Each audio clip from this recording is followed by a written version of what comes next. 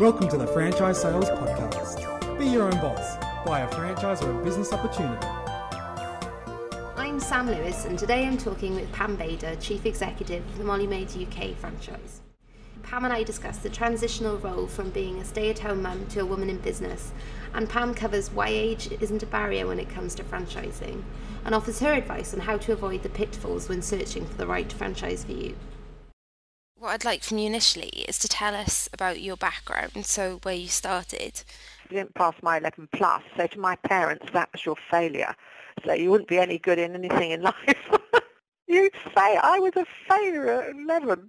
So I left school with really no qualifications other than, no qualifications. I started training as a nursery nurse because that's quite a nice thing to do, and married very young and then had children, so then had to earn a living doing all kinds of different things that fitted in with children. And then as my children got older, I did start a boutique up and buy a boutique. I was also involved in a building company, taking that to quite busy heights. What motivated you back then? I was given the opportunity with Molly Maid and thought, I've got to make this as big as Kellogg's, and thought, oh, how the hell do you do that, you know? How am I going to do that? So it was the brand building, I think. Are they the same motivations that drive you now? Motivations then and what they are now to run a really successful company and grow it bigger and bigger and bigger. Do you think the motivations for women becoming their own bosses and buying into franchise opportunities differ at all from men's motivations? I think women, they come to us not knowing if they can do it. Men normally come thinking they can. I think that's the biggest difference. So women lack confidence and sometimes have low self-esteem. So that we really have to build with them. They also, once they start earning money, love the financial independence. Love it when they're earning more than their husbands. Which is a great, I'm earning more than him now. And that really motivates them. I don't know what it is, but it really, really does. What attributes do you think are important for women to survive in more male-dominated industries and market sectors? I think there is still the glass ceiling. I think young women today think that it's all even, and it's not at all. I mean, it took me 10 years to get to chair of the British Franchise Association because it was at the time very male-dominated. It's still quite male-dominated, and that was one of the things I sat and wrote down all those years ago, what I wanted to achieve, and that was one of them. And it took 10 years to get there. So I think young girls still think it's an open playing field, and I don't think it is. I think it's a lot harder. You've got to be much more skillful, politically astute, I suppose, for women to get on in business. To what do you accredit your achievements? Well, I suppose I was asked to get involved in government, which I did. That was a huge learning curve, just to understand what they're talking about. Every industry has a different language. Do you notice that? So you go there and you think, I don't know what they're talking about. So that was interesting because I was the only woman there with all these gentlemen who were very high-powered. And after the end of the first presentation, I said, I'm sorry, I didn't understand a word. And I'm not going to spend my time sat here hour after hour if I'm not knowing what you're talking about. And I went, oh, right. And then the man next door to me, who was very high-powered, and I won't tell you what company he worked for, said, I didn't understand a word of that either. So I thought, well, there you go, you see. You have to stick your head above the parapet. What advice do you have for females running a business? Oh, well, females have to work a lot harder. You just do to get to those places. You really have to promote and lobby yourself and whatever to actually get there, to break through that barrier.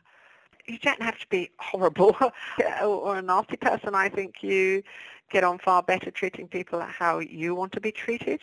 I think that's very important, and straight and honest in business. But I think women do kind of have different agendas, really, because we do have children. And if you're going to have a family, that's quite a big part of your life. So you have these divided feelings that you want to be successful in business, but then you might be 34, 35 and think, oh, maybe I should start a family. You see, men don't really have those situations. So I think in a way that makes women a little bit more vulnerable. I wanted to ask you about the advantages of being female in running a business. And I don't know if that's maybe about skills and attributes and a different kind of skill set. And yeah, it might be. I think women can juggle more balls in the air most of the time. I think they can do numerous things at once because we have to. Women have to manage many, many roles. So do you think that they're almost transferable skills from dealing with all those? Oh, yeah. Not so much now, but years ago, they'd come to me and say, I'm just a housewife. And I used to go absolutely mad. What do you mean just a housewife? You're a chef. Okay, you're a cleaner. You're an accountant. You manage your housekeeping budget. All books are housekeeping. That's all it is. It's money in and money out. If you manage to save a bit on the bottom line and buy yourself a dress, that's profit. It's not all big mysterious. Just buy yourself a big calculator. People make it really difficult, and some things are really easy, money in and money out. That's accounting. So it's all those issues and juggling things and looking after people, and that is what Molly Maid's all about. It's looking after your customers, it's looking after your staff, it's all those softer skills, I suppose. You've done it, you've had children, you've been a successful businesswoman, and you've achieved an awful lot, and I wanted some advice on maybe how you've balanced things. It's very different now, because years ago women had children younger, and now they're sort of doing careers earlier and then having children later. It's very difficult to comment on the situation now, because somebody might be 39, 40 having children, and maybe they have 10 years of looking after children. So maybe they're 50, 55 when they come back into the workplace. Not that that's a bad age to come back and have a career. You can still have a career at 55. You see, I was lucky I was married young, had children young, so my life began when I was 40. So I'm telling people now life begins at 65, just so they don't think you're all dead and gone. And that's another, there's no ageism in franchising. I had a lady years ago that came to me at 60 and said, I want to do this. And she wanted to do this because her husband had gone off with a younger model. And he'd always had a business, always wanted a business, and she wanted to prove that she could do it. And she did it. She did it. What advice do you have for females considering buying into any franchise opportunity? Do your homework. Just as if you were going to buy a house, you go and do your homework. Make sure it's financially sound. Make sure the business system is working.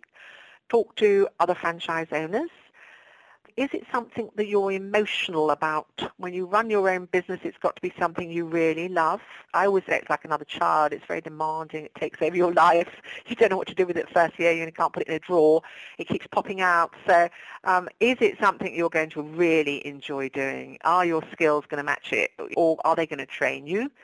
So take time, and if they're really pushing, that maybe is not right, because you have to make the decision with them, because it's a life-changing decision. It's going to cost you money.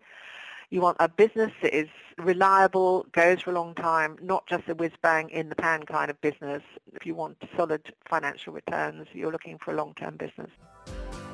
Be your own boss. Buy a franchise or a business opportunity.